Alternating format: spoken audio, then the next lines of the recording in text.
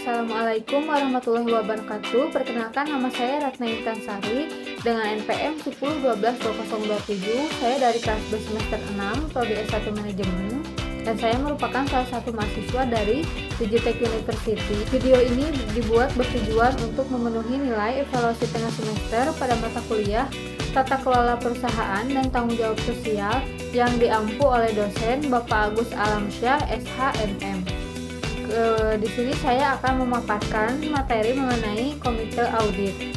Nah, komite audit adalah sebuah kelompok independen yang bertanggung jawab atas pengawasan dan pemeriksaan laporan keuangan sebuah organisasi. Komite audit dibentuk untuk memastikan integritas laporan keuangan, efektivitas sistem pengendalian internal, serta ketaatan terhadap regulasi dan kebijakan yang berlaku. Nah, kemudian selanjutnya ada struktur organisasi komite audit.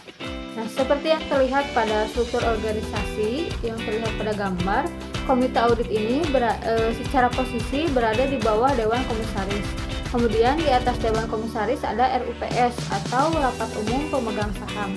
Kemudian di bawah audit yaitu ada akuntan publik, di mana komite audit ini akan berhubungan langsung dengan direksi, sekretaris perusahaan, audit internal, manajemen resiko, kepatuhan atau legal, etika, dan akuntansi. Dengan secara struktur komite audit ini berada di bawah direksi, maka komite audit ini berfungsi untuk memperoleh data mutakhir perusahaan dalam kepentingan pelaksanaan tugas komite. Kemudian selanjutnya ada persyaratan komite audit. Dalam suatu perusahaan, persyaratan sebagai komite audit ini minimal ada 3 orang yang berasal dari komisaris independen atau dari luar emiten atau sebagai pihak yang melakukan penawaran umum, yaitu penawaran efek yang dilakukan oleh emiten untuk menjual efek kepada masyarakat berdasarkan tata cara yang diatur dalam perundang-undangan yang berlaku, atau perusahaan publik yang diketahui oleh komisaris independen dengan persyaratan untuk menjadi komite audit adalah kompetensi, integritas, dan independensi. Kemudian persyaratan selanjutnya berdasarkan peraturan BAPEPAM atau Badan Pengawas Pasar Modal dan Lembaga Keuangan, merupakan pihak yang melakukan pembinaan, pengaturan, dan pengawasan, bahwa kompetensi komite audit ini adalah yang pertama, memiliki kemampuan, pengetahuan, dan pengalaman yang sesuai dengan bidang pekerjaan. Yang kedua, memiliki kemampuan berkomunikasi dengan baik.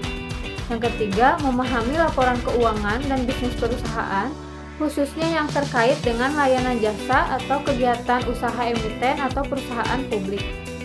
Kemudian yang keempat, memahami proses audit, manajemen risiko, peraturan perundang-undangan di bidang pasar modal, dan peraturan perundangan terkait. Kemudian yang kelima ada memiliki latar belakang pendidikan dan keahlian di bidang akuntansi dan keuangan.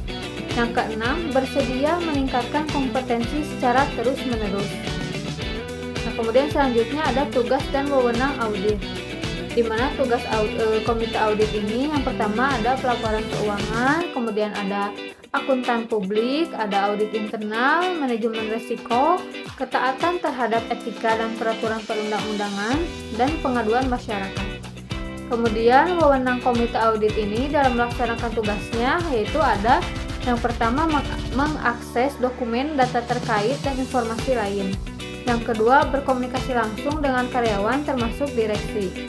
Yang ketiga, melibatkan independen pihak luar komite jika diperlukan. Yang keempat, melakukan kewenangan lain yang diberikan oleh Dewan Komisaris. Selanjutnya ada kewajiban dan pelaporan komite audit. Nah, yang pertama ini ada kewajiban komite audit, yaitu menjaga kerahasiaan dokumen, data, dan informasi emiten atau perusahaan publik. Yang kedua, membuat laporan tentang pekerjaan yang telah dilakukan. Yang ketiga, meningkatkan kompetensi secara terus-menerus melalui pendidikan dan latihan. Yang keempat, mematuhi kode etik komite audit yang ditetapkan oleh perusahaan. Kemudian pelaporan yang harus dikerjakan oleh komite audit ini yaitu ada pelaporan kepada Dewan Komisaris dan pelaporan kepada perusahaan publik. Nah, yang terpenting bagi komite audit ini adalah kesimpulan yang diperoleh serta rekomendasi yang diberikan kepada perusahaan selama melakukan pekerjaannya. Laporan hasil audit disampaikan melalui laporan tahunan yang merupakan laporan penting tentang tata kelola perusahaan. Mungkin itu yang dapat saya sampaikan mengenai komite audit. Wassalamualaikum warahmatullahi wabarakatuh.